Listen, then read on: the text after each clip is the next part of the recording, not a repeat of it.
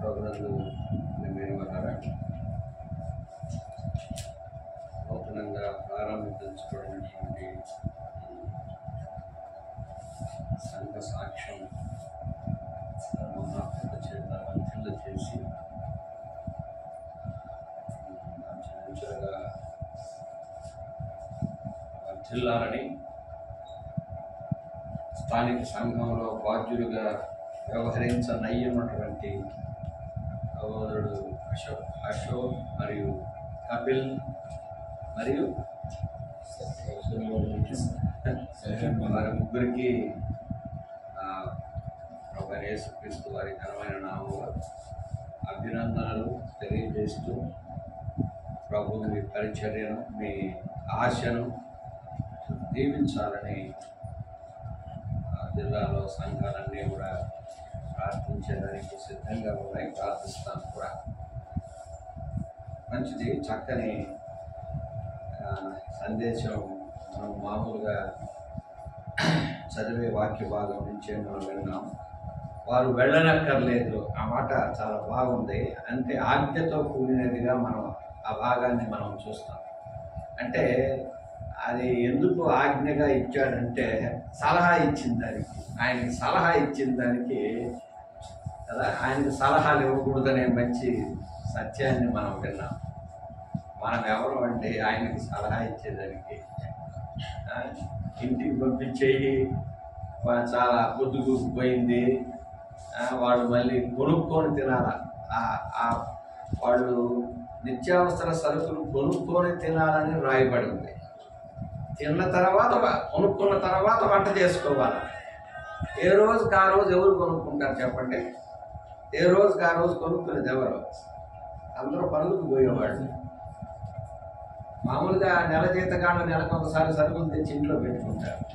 So దాన్ని బట్టి మనకు ఏమర్థమవుతుందంటే అక్కడ ప్రభు మాటలు వినేదానికి చేరినటువంటి దాదాపు 10-15 వేల మంది అందరూ కూడా నిరుపేదలని మనం జ్ఞాపకం చేసుకోవచ్చు.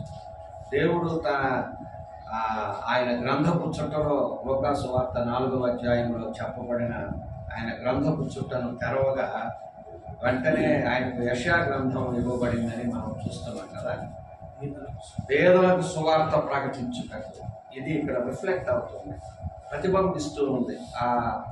ఆ గ్రంథపు చుట్టలో లేక ఆయన మీద ఉంచబడినటువంటి ఆ బాధ్యత.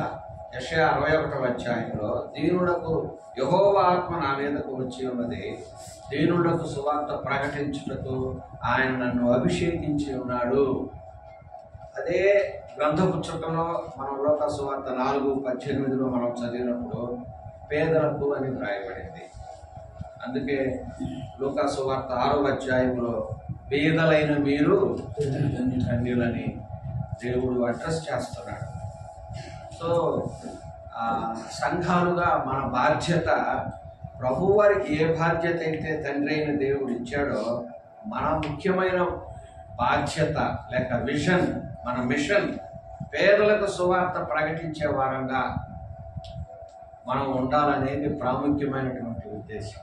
ఇప్పుడు ఆ మాట ఇంతకుముందు నేను చాలాసార్లు చదివాను, కానీ వారు సాయంకాలం అయినది భోజన పదార్థాలు కొనుక్కునేదానికి వారిని పంపేయమని చెప్పినప్పుడు ఆ కొనుక్కోవడం అనేది ఆ మాట నన్ను అట్లా తాకింది. సో అప్పుడు పోయి కొనుక్కోవాలి. పొద్దుపెక్కిన తర్వాత మీరు చూస్తుంటారా లేదో, నెలకి 2 కేజీలు కందిపప్పు మనం జీతం వచ్చినప్పుడు మనం తెచ్చిపెట్టుకుంటుంటాం. కావలసిన వస్తువులన్నీ 5-6 వేలకి కదా. ఏ రోజు కూలి చేసేవాళ్ళు ఏం చేస్తారు? చిల్లరంగడికి పోయి ఒక 4 ఎనిమిరపకాయలు, అంత చింతపండు, కొంత కందిపప్పు, ఎర్రగడ్డలు అన్నీ కలిసి ఒక 10-20 రూపాయలకు ఉంటాయి. వాటిని కొనుక్కొని పోయి అప్పటికప్పుడు వారు సిద్ధం చేసుకొని భోంచేస్తుంటారు. సో ఇది సంఘం యొక్క ప్రాథమిక బాధ్యత కూడా. ప్రభువైన క్రీస్తు వారికి ఇవ్వబడినటువంటి బాధ్యత, విజన్ అదే సంఘానికి కూడా బాధ్యత కావాలి. సంఘానికి, సంఘ పెద్దలకు మంచి సందేశం. ఇంగ్లీష్లో ఉంటే ఎవరన్నా ఇంగ్లీష్ బైబిల్ ఉందా? ఆ మాట ఋషి చదువు ఆ మాట. వారు వెళ్ళనక్కర్లేదు అనే దానికి ఇంగ్లీష్ వర్షన్లో ఏమి ఇచ్చాడు ఊరికి మనం తెలుసుకునేదానికి. మత్తయి సువార్త 14:16. But Jesus said unto them, they need not depart. They need not depart. వాళ్ళు వెళ్ళక్కర్లేదు. అదే ఒక రకంగా ఆజ్ఞ రూపకమే.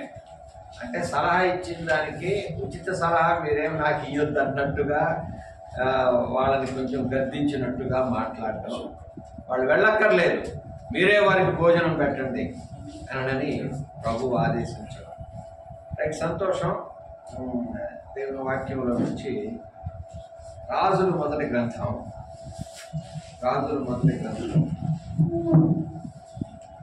5వ అధ్యాయము 13వ వచనం. 5:13 మనం ధ్యానం చేశాం. ఇక్కడ 5:17 రాజు సెలవీయగా వారి మందిరం యొక్క పునాదిని చెక్కిన రాళ్లతో వేయుటకు గొప్ప రాళ్లను మిక్కిలి వెలగల రాళ్లను తెప్పించిరి. దేవుడి వాక్యాన్ని మన కొరకై దీవించును గాక. ప్రియమైన వాళ్ళరా, ఈ వాక్యం యొక్క నేపథ్యం నేను మీకు చెప్పాల్సిన అవసరం లేదు. సొలొమోను రాజు దావీదు తర్వాత ఇశ్రాయేలీయులకు 3వ రాజుగా పట్టాభిషేకం చేయబడ్డాడు. మొదటి రాజు సౌలు, 2వ రాజు దావీదు, 3వ రాజు దావీదు కుమారుడైన సొలొమోను.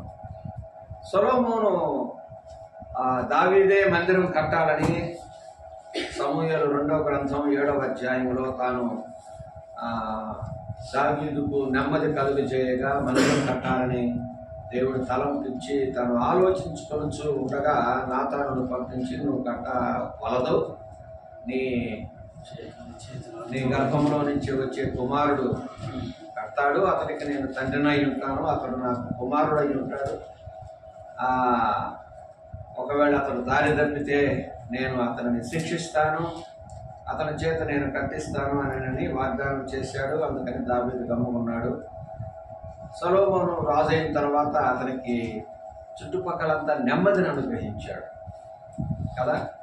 ఇక్కడ కూడా అశోక్ సమాధానం ఇచ్చాడు కదా. వచ్చి 6 నెలలు అయింది. ఎంతకాలం అయింది కదా?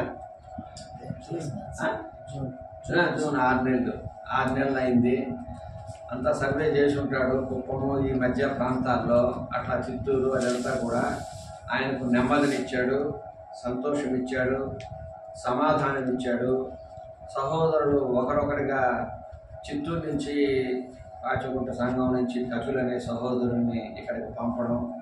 ఇక్కడ ఆల్రెడీ సత్యబాబు మరియు నెహెమియా వారిరువురు కూడా ఇక్కడ వారు సహవాసం చేస్తూ ఉండడం. వేరే స్కూల్స్ కదా బ్రదర్, మీరు పనిచేసి ఒకే స్కూల్ పని చేస్తూ ఉండడం.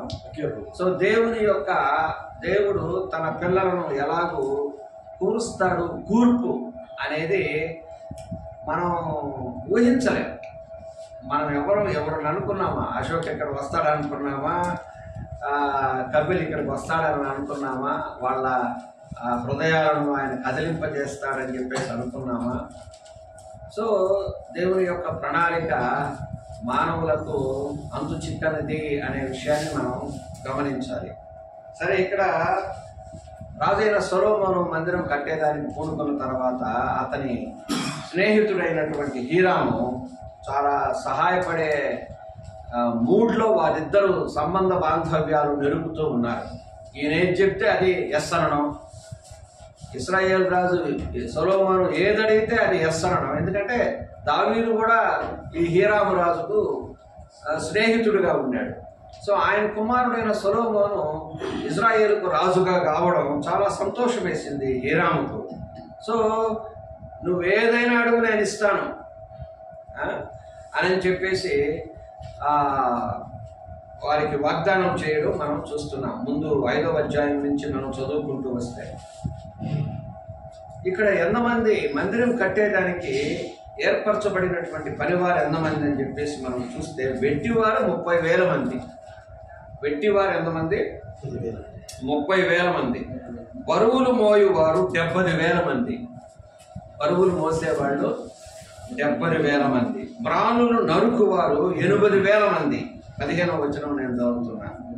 వీరు కాక పని మీదనున్న సొలొమోను శిల్పకారులకు అధికారులు 3,300 మంది.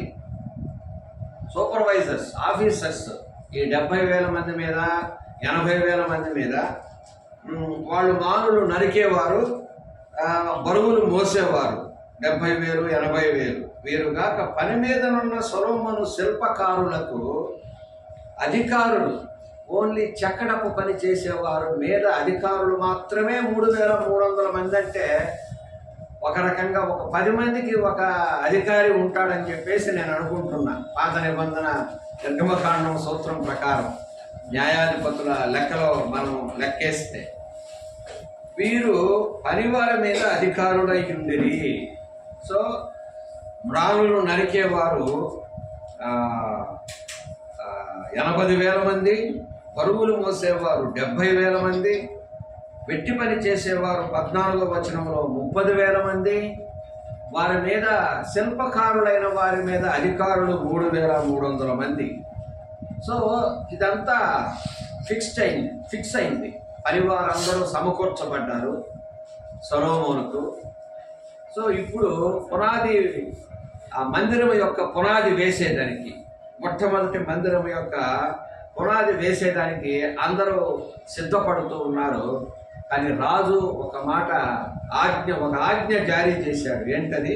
రాజు సెలవీయగా కదా, రాజు సెలవీయగా వారు మందిరం యొక్క పునాదిని ఏమి రాళ్లతో వేశారంట? చెక్కిన రాళ్లతో వేయుటకు గొప్ప రాళ్లను, మిక్కిలి వెలగల రాళ్లను తెప్పించిరి. ఈ రాళ్ళు మనం 7వ వచనంలో మనం చూద్దాం. 6వ అధ్యాయం 7వ వచనము. అయితే మందిరము కట్టు సమయమున అది ముందుగా సిద్ధపరచి తెచ్చిన రాళ్లతో కట్టబడెను. ఈ చెక్కిన రాళ్ళు, గొప్ప రాళ్ళు మందిరం పునాది వేసే స్థలములో కాదు.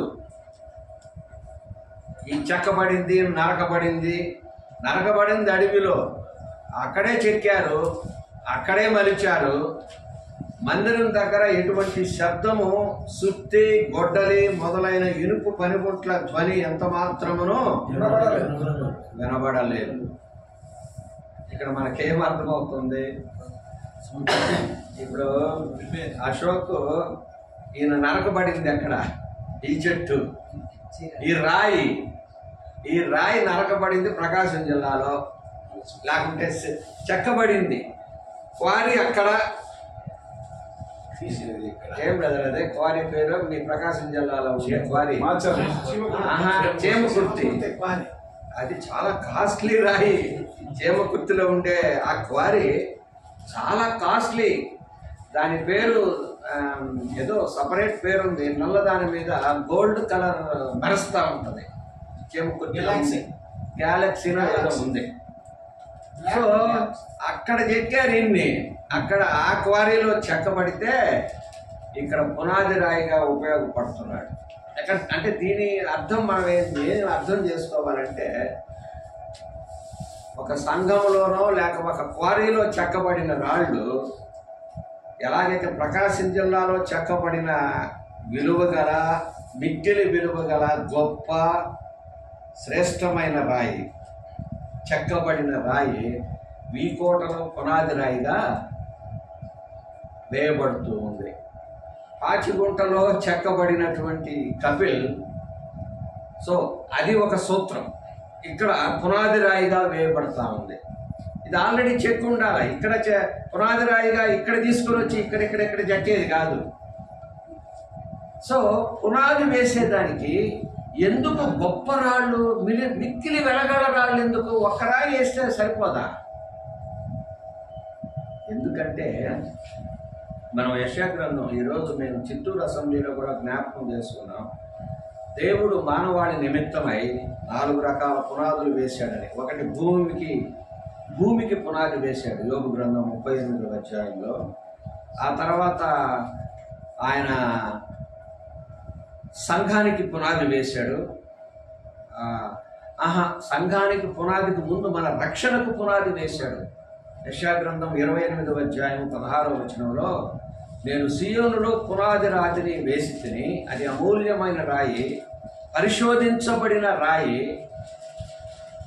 దాని యందు విశ్వసించిన వాడు కలవరపడడు. నీతి న్యాయము, నీతి అనే కొలనూలు, న్యాయం అనే మట్టపు గుండు అని రాస్తాడు. ఆ రాయికి అది పరిశీలించబడిన రాయి. మన రక్షణ నిమిత్తమై, అంటే ప్రభు అయిన యేసుక్రీస్తును ఆయన టెస్ట్ చేశాడు. ఈయనను రక్త మాంసములు అమర్చి నేను లోకానికి పంపితే ఈయన ఆ గాయముల ఒత్తిడి తట్టుకొని నిలబడగలడా?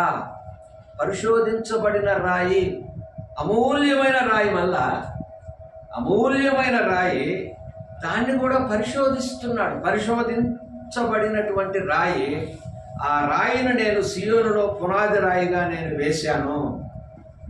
ఆ రాయి యందు విశ్వసించువాడు కలవరపడడు కదా. అప్పుడు మనం కలవరపడుతున్నామా? ఒకసారి ప్రభువునందు విశ్వసించాం, యేసుక్రీస్తు మరణ పునరుద్ధానములలో మనం విశ్వసించాం.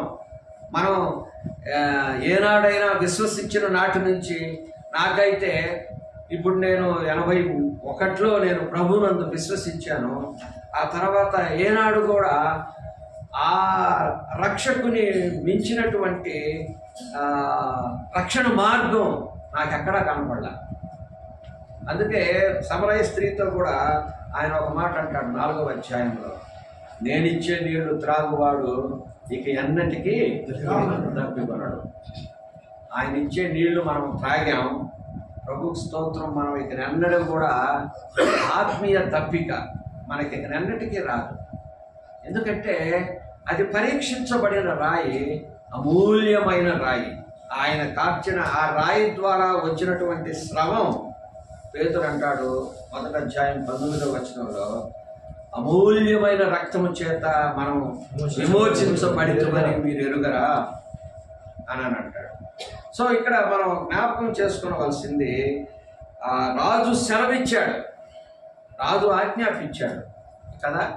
మనం విలువగల రాళ్ళు, పునాది రాళ్ళుగా తీసుకుని రావడంలో గొప్ప రాళ్ళు, మిక్కిలి విలువగల రాళ్ళు ఎందుకు పునాది రాళ్ళుగా మందిరం వేస్తున్నారంటే, మందిరం పైన కట్టుతారు కదా, మందిరం పైన కట్టబడుతూ ఉంటారు.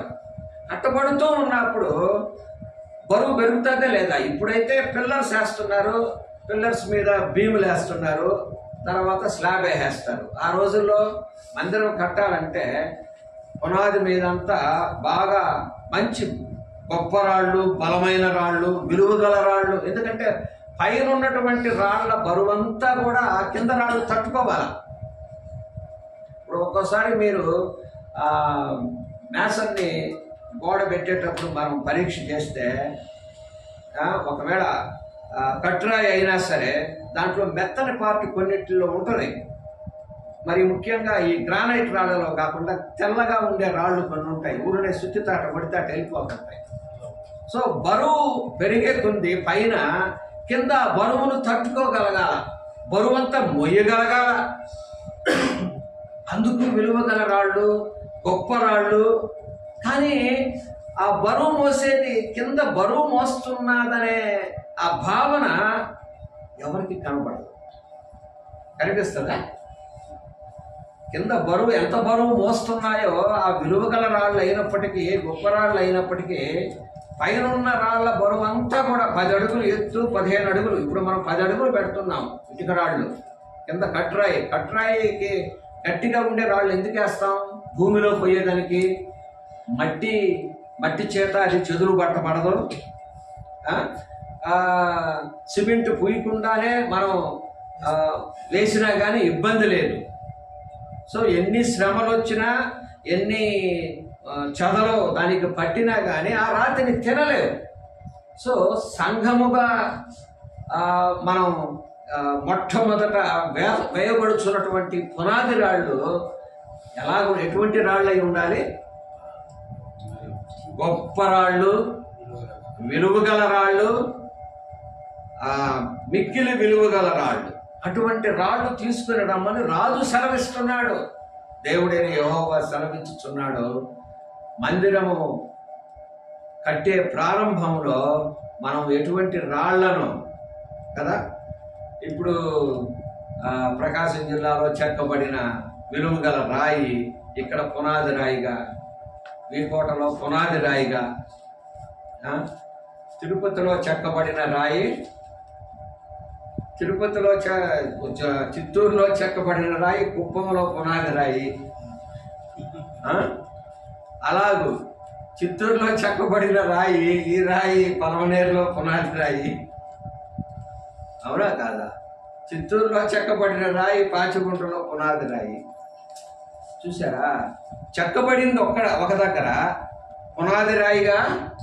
సో ఇక్కడ మనం చెక్కబడిన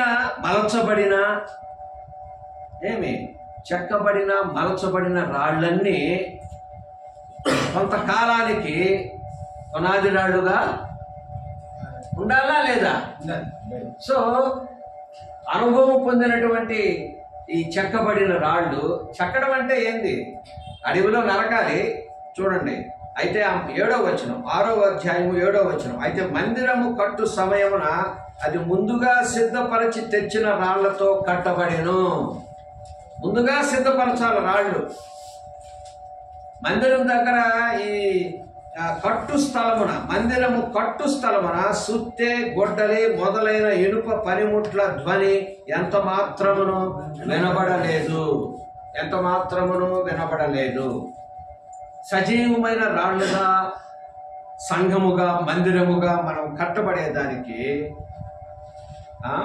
కట్టేవాళ్ళు అంటే ఇక్కడ ఎవరైతే భారం మోస్తున్నారో, ఎవరైతే బరువును మోస్తారో, ఆ పైన కట్టబడే రాళ్ల బరువంతా, సంఘములో చేర్చబడే విశ్వాసుల బరువు, భారం అంతా కూడా మోయవలసింది ఎవరు? వారి మంచి చెడ్డలు పరామర్శించవలసింది ఎవరు? పునాది రాళ్ళు. ఎందుకంటే అవి గొప్ప రాళ్ళు. ఎందుకంటే మన సంఘమునకే, మన రక్షణకే పునాది అయినటువంటి ప్రభువైన క్రీస్తు యేసు అనే మూలరాయి, తలరాయి, అది అమూల్యమైన రాయి. ఆ మాటలు కూడా ఒకసారి చదువుకున్నాం. చూడండి, యెషయా గ్రంథం 28వ అధ్యాయము 16వ వచనం. ప్రభువు యెహోవా ఇలాగున సెలవించుచున్నాడు, సీయోనులో పునాదిగా రాతిని వేసిన వాడు నేనే. అది పరిశోధింపబడిన రాయి. నేనే సీయోనులో రాతిని పునాది రాతిగా వేసింది నేనే.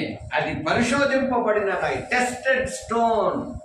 టెస్టెడ్ మనం ఒక్కొక్కసారి ప్యాకెట్స్ లో వస్తుంటుంది, క్వాలిటీ టెస్టెడ్. Okay, tested. ఎందుకంటే క్వాలిటీ, క్వాంటిటీ టెస్టెడ్. సో యేసు ప్రభువును ఆయన పునాది రాతిగా, రక్షణకు పునాదిగా, ఇక్కడ నేను చెప్పబోయేది సంఘమునకు పునాది. కొరింథీయులకు రాసిన పత్రిక 3వ అధ్యాయం 10వ వచనం అని అంటాడు. పౌలు ఏమంటాడు? నేర్పరి అయిన శిల్పకారునిగా నేను పునాది వేసి తిని, ప్రతివాడు ఆ పునాది మీద ఎలాగూ పట్టుచున్నాడో జాగ్రత్త పడాలంటాడు. ఎటువంటి రాయిని తీసుకొని వచ్చి ఇక్కడ విలువగల రాళ్ల మీద పెట్టడం కుదరదు. అలా పెట్టకూడదు కూడా. మనం దాన్ని పొలంలోనే టెస్ట్ చేయాలి, క్వారీలోనే. ఈ రాయి విలువగల రాళ్ల మీద పెట్టబడేదానికి తగిన రాయా అని మనం టెస్ట్ చేయాలి. చదవండి, అది పరిశోధింపబడిన రాయి, అమూల్యమైన తలరాయి, బహుస్థిరమైన పునాది అయిన మూలరాయి. బహుస్థిరమైన చూడండి, వీటినన్నింటినీ, ఈ ఫ్రేజెస్ అన్నిటినీ మనం కానీ వివరిస్తే, బహుస్థిరమైన పునాది అయిన మూలరాయి అయి ఉన్నది. ప్రభు అయిన క్రీస్తు గురించి ప్రవక్త అయిన యెషయా ఆయన మాట్లాడుతున్నాడు. విశ్వసించువాడు కలవరపడడు. చూసారా, కలవరపడొద్దని కూడా ప్రభు వారు చెప్తున్నాడు. మీ హృదయములను కలవరపడనీయకుడి, నేను వెళ్ళి మీకు స్థలములు సిద్ధపరచులాగున నా తండ్రి యొద్ద అనేక నివాసములు. మనం ఎవరన్నా యేసు ప్రభువును నమ్మిన దానికి కలవరపడుతున్నామా? విశ్వసించిన వాడు కలవరపడడు, సిగ్గునందడు. ఇంకొక దగ్గర వ్రాయబడింది, సిగ్గునందడు. We never shy to testify Jesus. నేను క్రైస్తవుడని ప్రకటించుకునేందుకు మనం సిగ్గుపడని అవసరం లేదు, సిగ్గుపడం కూడా. అసలు కలవరమే పడడం. ఎందుకంటే ఆయన తండ్రి అయిన దేవుడు వేసినటువంటి తలరాయి అమూల్యమైన తలరాయి. నేను న్యాయము ఈ తలరాయి మూలరాయి వేసేటప్పుడు ఆయనకి ఇచ్చినటువంటి బాధ్యతలు ఏంటి చెప్పండి? రక్షణకు నీతి అనే కొలనూలు, నేను న్యాయం అనే కొలనూలు నీతి మట్టపు గుండుగాను పెట్టేదను. నీతి మట్టపు గుండు కదా. మనం ఎగ్జాక్ట్గా ఒక ఇంజనీర్ ఎలాగైతే మాట్లాడతాడో, ఎప్పుడు దాదాపు 3000 సంవత్సరాల క్రిందట ప్రవక్త అయిన యెషయా ద్వారా మాట్లాడిన మాటలు ఇప్పుడు కూడా కొలనూలు, మట్టపు గుండు, మేస్త్రి చేతుల్లో ఏముంటది? మేస్త్రి అని మనం ఒక వ్యక్తిని చూడంగానే చెప్పగలమనంటే మట్టపు గుండు. ఒక తాపి కూడా అవసరంలే, మట్టపు గుండు, మూలమట్టం. ఈ రెండు, కొలనూలు, మట్టపు గుండు. ఏది న్యాయం అనే కొలనూలు, నీతి అనే మట్టపు గుండు. ప్రభువైన యేసుక్రీస్తు వారు మనకిచ్చినటువంటి రక్షణ దేని మీద ఆధారపడి ఉందంటే నీతి, న్యాయం. దావీదు కూడా 8వ అధ్యాయం సమూయేలు 2వ గ్రంథం 8:15 దావీదు ఇశ్రాయేలీయులు అందరి మీద రాజై నీతి న్యాయములను బట్టి ఏలుచుండెను అంటాడు. అందుకే ఆయనకు యెహోవా హృదయానుసారుడైన మనుష్యుడని అతనికి పేరు పెట్టబడింది. కనుక ప్రియులారా, మనం సరే ఇప్పుడు మనం కొరింథీయులకు రాసిన పత్రిక, మొదటి పత్రిక 3వ అధ్యాయం 10వ వచనానికి మనం వస్తే అక్కడ పౌలు అంటాడు, సంఘస్థులు లేక సంఘాన్ని కట్టేవాళ్ళు ఎటువంటి జాగ్రత్త తీసుకోవాలనే సంగతి ఇక్కడ మనకు చెప్తాడు. సో పునాది రాళ్లుగా ఉండేవాళ్ళు, మలచబడిన రాళ్ళు, విలువగలిగిన రాళ్ళు, గొప్ప రాళ్ళుగా ఉండాలి. ఎందుకంటే పైన ఉండే కట్టబడుచు ఉన్నటువంటి గోడ లేసే కొంది రాళ్ళు చేర్చబడుతూ ఉంటాయి గోడ మీద. ఆ బరువంతా కింద వారికి భారమైపోతుంది కదా. సరిగా కాలని ఇటుకరా ఆయన ఏం చేస్తాడు? మామూలుగా మేస్త్రి ఇటుకరా గోడ కట్టేటప్పుడు అంతా 4 పక్కల సమభాగంగా కాలి ఉందా లేదా? అన్ని కోణాల్లో విశ్వాసి పరీక్షించబడ్డాడా లేదా? ఈ పునాదిగా వేయబడుచున్నటువంటి ఈ రాళ్లలో అన్ని విధాలుగా, అన్ని కోణాల్లో శ్రమలను తట్టుకోగలడా? పైన బరువు పెరుగుతూ ఉంటే కింద ఊరికినే పొడి రాలిపోతుందా రాయి అనేది లేకుండా ఉండేదానికి ఆ సంఘము వాటిని విలువగల రాళ్ళని, గొప్ప రాళ్ళని ఎందుకు పునాదిగా వేస్తున్నాడంటే ఆ పైన పడుతున్నటువంటి భారాన్ని, బరువుని ఎవరికి కనబడకుండా మోయాలి. కనబడకుండా మోస్తాయా లేదా? కింద పునాదిగా వేయబడినటువంటి రాళ్ళు అసలు ఎవరికి తెలియదు ఏ రాళ్ళు పునాదిగా వేశారో. కానీ నిర్గమకాండంలో కూడా మనం ఇంకోటి చూస్తే అసలు చెక్కకుండా ఉండే రాళ్లతో బలిపీఠాన్ని కట్టమంటాడు. ఇక్కడేమో చెక్కిన రాళ్ళు, మందిరం కట్టేదానికి మాత్రం పునాదిగా చెక్కే రాళ్ళు, విలువగల రాళ్ళు, మలచబడినటువంటి రాళ్లను వేయమంటున్నాడు రాజు సెలవీయగా. నిర్గమకాండంలో బలిపీఠాన్ని కట్టేటప్పుడు మలచని రాళ్లతో కట్టబడాలి. ఎందుకంటే బలిపీఠం భూమి మీద కట్టబడుతుంది, కింద కాదు. బలిపీఠం కట్టేది మనం ఎక్కడన్నా ఫొటోస్లో మనం చూస్తే ఒక 4 రాళ్ళు పేర్చి చెకుముకి రాయిలాగా, చెకుముకి రాయి అంటే షేప్లెస్ స్టోన్ రాయి పెట్టి బలిపీఠాన్ని కట్టి, ఎందుకు మలచబడిన రాళ్లతో బలిపీఠం కట్టకూడదంటే, మలిస్తే ఎంత చక్కగా ఉంది, ఎంత చక్కగా మలిచారు ఈ రాతిని అని నేను రాయినే పూజిస్తానని. రాయినే ఎంత బాగుంది, ఎంత నున్నగా ఉంది, ఎంత మంచి డిజైను కదా. ఇప్పుడు మనం ఎక్కడైనా రోమన్ క్యాథలిక్ చర్చికి పోతే ప్రసంగాలు ఎవరు వినరు, ఏమి శిల్పం, ఏమి చెక్కుబడి, అవునా కాదా? దేవుని ఆరాధించలేం మనం. అక్కడ ఉన్నటువంటి పనివాని యొక్క నైపుణ్యతను, నాణ్యతను మనం ఆరాధిస్తాం. అందుకే దేవుడు నువ్వు బలిపీఠమును కట్టేటప్పుడు నువ్వు జాగ్రత్త పడు, మలిచిన రాళ్లతో బలిపీఠమును కట్టకూడదు. ఎందుకంటే బలిపీఠంలో ఉపయోగించబడే రాళ్ళు బయటికి కనబడతాయి. ఆ రాళ్ళు చెక్కబడిన రాళ్ళు కనబడితే, విలువైన రాళ్ళు, గొప్ప రాళ్ళు తీసుకొని వస్తే, అరే గ్రానైట్ రాయి తీసుకుపోయి, ఇంత మంచి గ్యాలక్సీ రాళ్ళు తీసుకుపోయి ఇక్కడ వేసినారేంటబ్బా అనని ఆ రాళ్ళకే ముక్తి చేస్తారు కదా. ఇశ్రాయేలీయులు 40 రోజులు మోషే కనబడకపోతేనే కొండ మీద నుంచి, సీనాయి నుంచి దిగొచ్చేటప్పటికి ఆవు దూడనే చేసుకొని బంగారంతా ఇచ్చేదానికి కూడా సిద్ధపడి ఇచ్చేశాడు చూడండి కదా. కనుక ఇక్కడ పౌలు అంటాడు, ఎటువంటి జాగ్రత్తలు మనం తీసుకోవాలి అని అంటూ మనకు పత్రికలన్నీ చదవాలి. ఇది ఈ కొరింథీయులకు రాసిన పత్రిక ఒక్కటే చదివితే కాదు.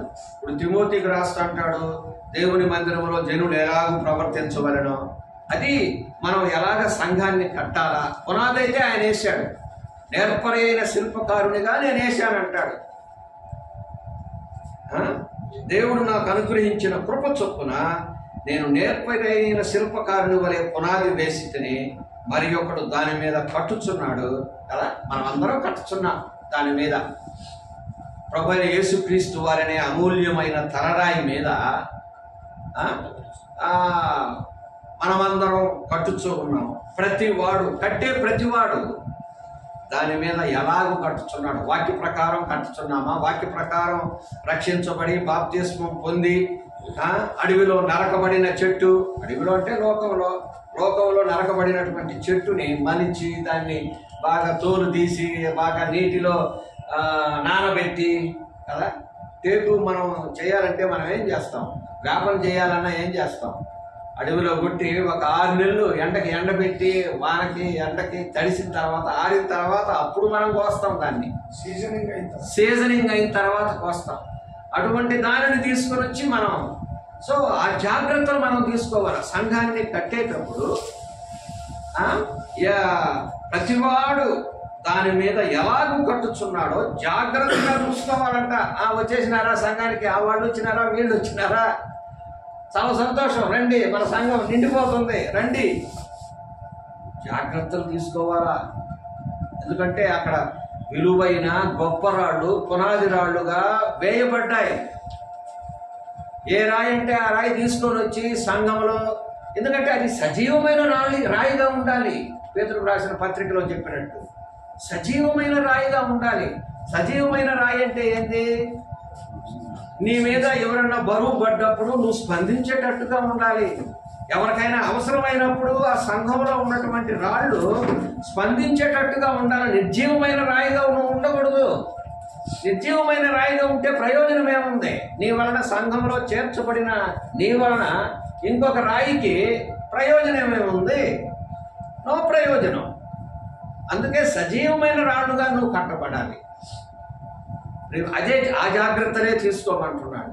ప్రతివాడు సంఘానికి ఒక క్రొత్త వ్యక్తిని తీసుకొని వచ్చే ప్రతివాడు ఇతడు రక్షించబడ్డాడు, నరకబడవలసింది. అక్కడ సంఘంలో మనం చేర్చబడిన తర్వాత మనం నరికేది, మలిచేది అవన్నీ సంఘంలో కాదంటాడు. అది ఎంతవరకు అది డిబేటబుల్ ఇష్యూ అని చెప్పేసి నేనైతే అనుకుంటున్నాను. కొంతమందికి రాగా వినటం వలన విశ్వాసం కలుగుతూ ఉంటుంది. కానీ ఇక్కడ అంటున్నాడు రాజుల గ్రంథంలో 6వ అధ్యాయం 7వ వచనంలో, సుత్తే గొడ్డలి యొక్క శబ్దాలన్నీ కూడా మందిరం దగ్గర వినబడకూడదు. అది ఎక్కడైతే నరకబడతాయో అడవిలోనే అది చెక్కబడాలి, సీజనింగ్ చేయబడాలి, పనిముట్టుగా చేయబడిన తర్వాత ఇక్కడికి వచ్చిన తర్వాత కట్టబడాలి. రాయి అయితే ఎక్కడ క్వారీలు అయితే అది కొట్టబడుతుందో పెద్ద పెద్ద రాళ్లుగా, మంచి రాళ్లుగా అక్కడే మలచబడాలి. మలిచిన రాళ్లను తీసుకొని వచ్చి పునాది రాయిగా వెయ్యాలి కదా. ఇది సొలొమోను మందిరం కట్టేటప్పుడు రాజైన సొలొమోను తీసుకున్నటువంటి జాగ్రత్త. సో మనం కూడా సంఘాన్ని కట్టుచున్నటువంటి మనం తీసుకొని వచ్చి ఆ విలువగా రాళ్ల మీద కట్టబడుచున్న, పైన పెట్టబడుచున్నటువంటి అవి సజీవమైన రాళ్లగా ఉన్నాయా, నిర్జీవమైన ప్రాణం ఉందా? ప్రాణం ఉంటే స్పందిస్తుంది కదా. ప్రాణం ఉందంటే ఇప్పుడు గిచ్చినాం అనుకోండి, కొంతమంది డాక్టర్లు ఏం చేస్తారు, ఈ పాట స్పర్శ చూసేదానికి ప్రాణం ఉందా లేదని గిచ్చి చూస్తారు. సో అది సజీవమైన రాయి. సో వేరే సహోదరుడుకి ఏదైనా అవసరం వచ్చినప్పుడు మనం స్పందిస్తున్నామా? స్పందించే గుణం ఈ రాయికి ఉందా లేదా? చాలా ప్రాముఖ్యమైన విషయం ప్రియుల కదా.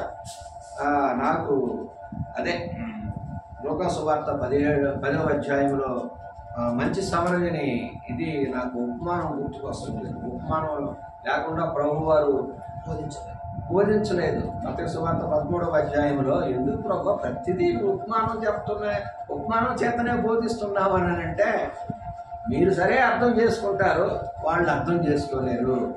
సో మనం బయట వారికి బోధించేటప్పుడు ఉపమానంతో బోధించాలి. దేవుడు సమాధానం ఇచ్చాడు కదా, ఏమని? 37వ వచనం 25వ వచనంలో ధర్మశాస్త్రోపదేశకుడు అడిగినటువంటి ప్రశ్నకు సమాధానం 37వ వచనంలో, నేను నిత్య జీవంలో ప్రవేశించుటకు నేనేమి చేయవలను ప్రశ్న. 37వ వచనంలో ప్రభు వారు ఇచ్చిన సమాధానం, నీవులు వెళ్ళి అలాగూ చేయ. ఏం చేయాలి? మందిరం టైం అయిపోతుందని పొరుగువాడు ఇబ్బందుల్లో ఉంటే మందిరానికి పరిగెత్తడం కాదు. అది లేవీయుడు యాజకుడు చేసినటువంటి పని కదా. నీ పొరుగువాడు నువ్వు సహాయం చేయకపోతే దేవుని నామం రిపేర్ అయిపోతాడు. ఏ పొరుగువాడు ఒకసారి ఇక్కడ మాకు హార్ట్ అటాక్ వస్తే మందిరానికి టైం అయిపోయింది వెళ్ళిపోయినాడు, చూడు ఆటో కూడా పిలవలేదు. అవునా కదా? మంచి సమరయుడు చేసింది అదే. ఆ రోజుల్లో సమరయులు కూడా వారు సమాజ మందిరానికి వెళ్ళి దేవుని పూజించేవారు. గెరిజీము కొండ మీద వాళ్ళని కొంచెం అంటరాని వారుగా చూసేవారు యూదులు. సమరయుల్ని అంటరాని వారుగా చూసి, అందుకని సమరయ స్త్రీతో కూడా యూదుడు అయి ఉంటే నన్ను ఎలా నీళ్ళు అడుగుతున్నావయ్యా అని చెప్పి ప్రశ్నించింది కూడా కారణం అదే. మీరేమో యెరూషలేములో మీరు మొక్కుతారు, మేమైతే ఈ కొండ మీద మొక్కుతాము, గెరిజీము కొండ అని చెప్పినందుకు, అమ్మా ఆ కొండ లేదు ఈ కొండ లేదు, ఆత్మచేత దేవుని ఆరాధించే సమయం వచ్చి ఉన్నది, ఇప్పుడు వచ్చే ఉన్నది అని ప్రభు సెలవిచ్చాడు. సో మనం సజీవమైన రాళ్ళుగా ఉండే వారిని మనం క్వారీల్లోనే మలిచి అక్కడే నరికి సీజనింగ్ చేసి, క్వారీలు అంటే కుటుంబాలకు దర్శించినప్పుడు అక్కడే సువార్త చెప్పి వాళ్ళని అక్కడే మలిచి అక్కడే వాళ్ళు వాక్యంలో నలిగేటట్టు చేసి సంఘానికి రమ్మని కూడా చెప్పొచ్చు అనుకోండి. అంటే అక్కడ ఉన్న దాన్ని బట్టి నేను చెప్తున్నా. సో సజీవమైన రాయిగా ఈ గొప్ప విలువ గల రాళ్ల కింద వాళ్ళందరూ బరువు మోయాలి. మోసేవాళ్ళు టెస్టెడ్ రాళ్ళుగా ఉండాలి. ఆల్రెడీ టెస్టెడ్, పరీక్షించబడిన రాయి, పరిశోధించబడినటువంటి రాళ్ళు కదా. అశోకు కపిల్ వచ్చారు, అక్కడ ఆ సంఘంలో ఆయన చెక్కబడ్డాడు, వాళ్ళిద్దరు వచ్చారు, వాళ్ళు అక్కడ పరిశోధించబడ్డారు, ఇక్కడ పునాది రాళ్ళుగా వేయబడ్డారు. ఇక మీద కట్టేటప్పుడు వాళ్ళు జాగ్రత్తగా చూసుకోవాలా. పౌలు చెప్పినట్టు ప్రతివాడు జాగ్రత్తగా కట్టునట్లు చూసుకునేవాళ్ళు కదా. అలాగే ఈ సంఘం జాగ్రత్తగా కట్టబడుచు సజీవమైన రాళ్ళుగా ఈ మందిరంలో చేర్చబడుతూ అనేక మందికి రక్షణ వాక్యంలోనికి నడిపించేటట్టుగా ఒక సంఘం ఉండాలని ప్రభు మేరట కోరుతూ మనం చేస్తూ నేను ఈ వాక్యాన్ని ముగిస్తున్నాను. దేవుడి ఈ వాక్యాన్ని బలపడతాయి దీవించి ఇచ్చిన అవకాశం ఇచ్చినటువంటి స్థానిక విలువగల రాళ్లకు నా హృదయపూర్వక గొప్ప రాళ్లకు ఇంకెవరైనా చేయండి. ప్రేమ గల తండ్రి, జీవాధిపతి అయిన మా గొప్ప దేవ, ఈ రాత్రి వేళ మా ప్రభువా మాకు తోడయ్యున్నందు కొరకై మా తండ్రి ఈ చిన్న సంఘ సాక్ష్యాన్ని ప్రారంభించి నీ నామ మహిమాత్మై మేము ప్రజలకు సేవ చేయునట్లు మా తండ్రి అనేక మందికి రక్షణార్థకంగా సాక్ష్యంగా మా ప్రభువా ఇక్కడ పునాది రాళ్ళుగా వేయబడినటువంటి రాళ్ళు వారి యొక్క ఆకారం, వారి యొక్క సామర్థ్యం ఎవరికి కనబడకుండా తమను తాము దాచుకొని మా ప్రభువా పైన పెట్టబడుచున్నటువంటి రాళ్ల బరువులు భారాన్ని భరించగలిగే వారుగా మీరు ఎంచుకున్నటువంటి సహోదరుల కుటుంబాలను బట్టి, సహోదరులను బట్టి నేను ఎంతగానో స్తుతిస్తూ ఉన్నాను. మా ప్రభువా నీవు ఎలాగూ పరిశోధించబడిన రాయి, అమూల్యమైన రాయి మాకు సార్వత్రిక సంఘానికి ఎలాగూ నువ్వు తలరాయిగా, మూలరాయిగా నువ్వు ఉన్నావో ఆ పైన కట్టబడుచున్నటువంటి మా ప్రభువా రాళ్ళన్నీ కూడా ఎలాగూ కట్టబడుచున్నాయో జాగ్రత్తగా చూసుకోవాలని పౌలు తన పత్రికలో కొరింథీయులకు వ్రాస్తూ ఆయన హెచ్చరిస్తున్నాడు. అలాగూ మేము జాగ్రత్త వహించి సంఘాలను కట్టునట్లు, అది పెద్దలను ఏర్పాటు చేసే విషయంలోనైతేనేమి, మా ప్రభువా రొట్టె విరుచుట విషయంలోనైతేనేమి, బోధించు విషయంలోనైతేనేమి, ప్రార్థించు విషయంలోనైతేనేమి, మా ప్రభువా కలిసికట్టుగా ఒకరినొకరు ప్రేమించు విషయంలోనైతేనేమి, ఒకరినొకరు లోబడే విషయంలోనైతేనేమి, ఒకరినొకరు గణపరిచే విషయంలోనైతేనేమి, మా ప్రభువా అనేకం ఉన్నాయి. వీటన్నిటినీ మేము ఆకలింపు చేసుకుని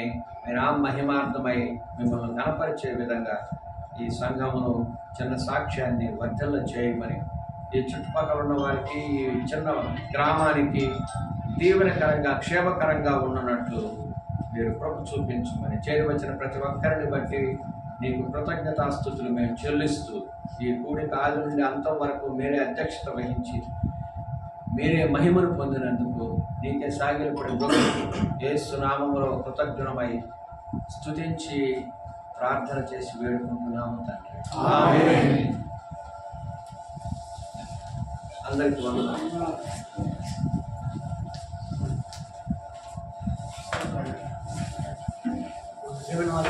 మరి 7:30 అనుకున్నాం, కొద్దిగా ఆలస్యమైంది, దయతో మన్నించండి. కాలాతీతం ఇంకా సమయం ఏమి తెలియదు.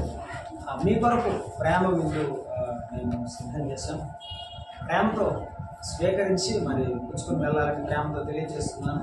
ఒక చిన్న మాట ఈ సందర్భంలో, ఇక్కడి పరిచర్య కొరకు భారం కలిగి ప్రార్థించిన దైవ సేవకులు పెద్దలు వెంకటేష్ అన్నయ్యకు నా ప్రేమ వందనాలు తెలియజేస్తున్నాను.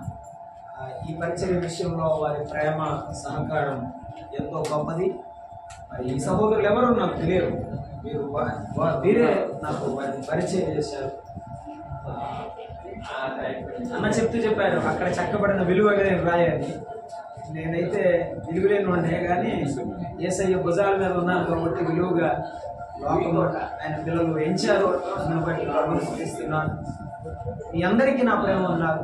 మీ హృదయంలో ఈ కొద్ది మందరం కూడా మీరు మనసులో పెట్టుకొని అర్థం చేస్తారని మనం చేస్తూ, ప్రతి రోజు ఆదివారం టైమింగ్ మేము కొద్దిగా మాట్లాడుకోలేదు.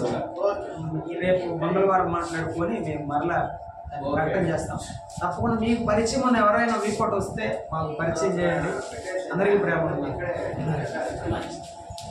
ఇక్కడ కొన్ని పునాది రాళ్ళు ఉన్నాయి. జాషువా బ్రదరు, గ్లోరీ సిస్టర్, మరి సత్యబాబు బ్రదరు, కపిల్ బ్రదర్, వారి కొరకు ప్రార్థన చేయాలి. కుటుంబాలు మా ప్రభు ఫ్యామిలీ